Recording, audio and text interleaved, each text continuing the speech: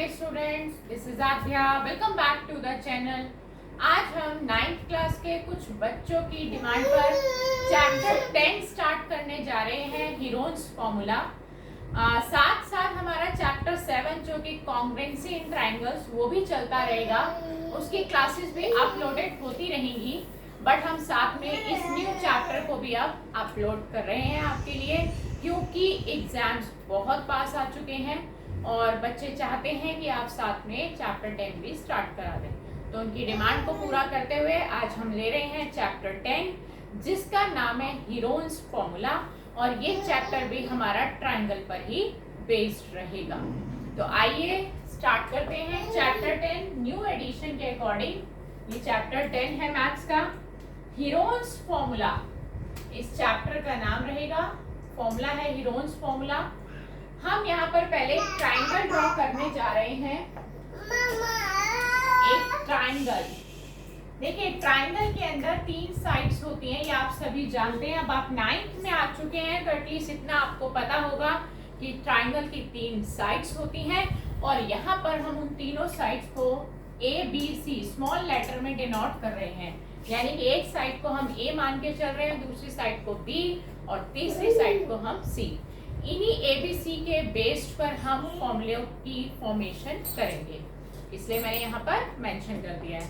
आज हम सिर्फ फॉर्मूले लेंगे कि इस चैप्टर में हमें किन किन फॉर्मूलों को फेस करना पड़ेगा। सबसे पहला फॉर्मूला जो कि हमें सीखना है और वो है small s, right. Small s का मतलब है आपका सेमी पेरीमीटर। देखिए एक होता है ट्रायंगल का पेरीमीटर, अगर हमें पेरीमीटर का हाफ लेना है तो हम उसको कहेंगे सेमी पेरीमीटर। तो मैं इसको ब्रैकेट में लिख भी देती हूँ, small s means semi perimeter, और इसका फॉर्मूला रहेगा a + b + c upon 2, right. Second में आ जाते हैं, हम ले रहे हैं 2s। हालांकि इसकी जरूरत क्वेश्चंस में एक्सरसाइज में कम पड़ेगी, बट एमसीक्यू में आपको पता होना चाहिए, कई बार एमसीक्यू में 2s की वैल्यू पूछ लेते हैं। तो 2s का मतलब होता है पेरीमीटर, पेरीमीटर ऑफ ट्रायंगल, और यहाँ पर सेमी पेरीमीटर ऑफ ट्रायंगल। बार बार मेरे को यहाँ मेंशन ना करना पड़े क्योंकि ट्रायंगल पर ही चैप्टर है। तो पेरीमीटर ऑफ ट्रायंगल, जो भी हम काम कर रहे हैं ट्रायंगल के लिए ही कर रहे हैं, ठीक। और इसका फॉर्मूला रहेगा a + b + c। तो ये 2 फॉर्मूले हमने आपके सामने शो कर दिए हैं।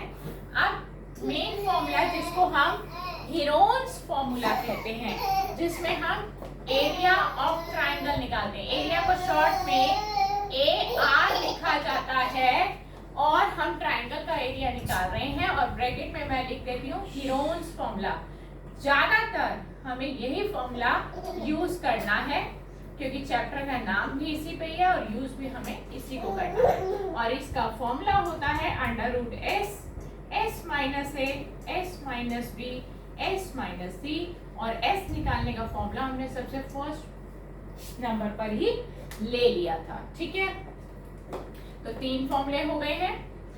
मैंने आपको बता दिया कि आपने प्रेफरेंस सबसे पहले ट्रायंगल का एरिया निकालते वक्त हीरोन्स फॉर्मूला को ही देनी है, क्योंकि चैप्टर का नाम ही हीरोन्स फॉर्मूला है।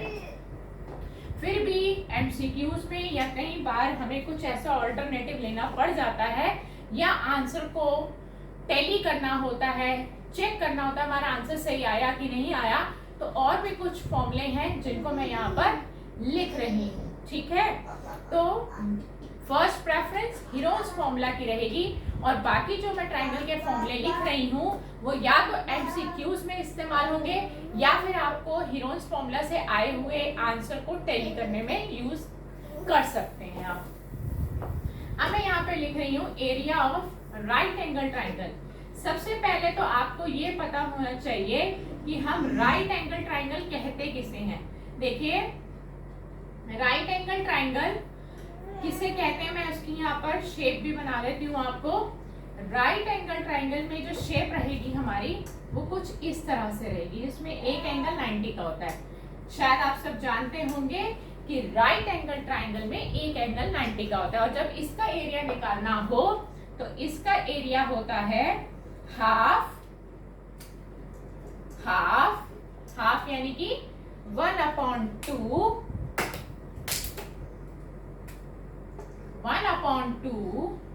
b into H.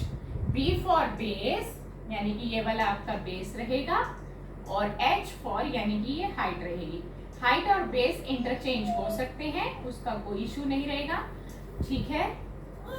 ये आपका हाइपोटेन्यूज होता है, तो इसको अगर मैंने स्मॉल h लिखा है तो आप ये कैपिटल H ले सकते हैं, ये हाइपोटेन्यूज है, राइट। 5वें नंबर पे चलते हैं। हमारा 5वें नंबर पे जो फॉर्मूला आएगा, ये तो था area of right angle triangle. अब हम ले रहे हैं एरिया ऑफ इक्विलैटरल ट्राइंगल। देखिए इक्विलैटरल ट्राइंगल क्या होता है हमारा, वो ट्राइंगल जिसकी तीनों साइड्स इक्वल होती हैं, तीनों की मेजरमेंट इक्वल रहेगी, यानी कि तीनों साइड्स इक्वल हैं, और इसका फॉर्मूला होता है √3/4 इंटू साइड का स्क्वायर, ठीक है। ये फॉर्मूला आप तभी अप्लाई कर पाएंगे जब ट्राइंगल आपका इक्विलैटरल है, इक्विलैटरल यानी कि जिसकी तीनों साइड्स इक्वल हो, ठीक। 6th नंबर पे आपका आता है एरिया ऑफ आइसोसेलेस ट्राइंगल।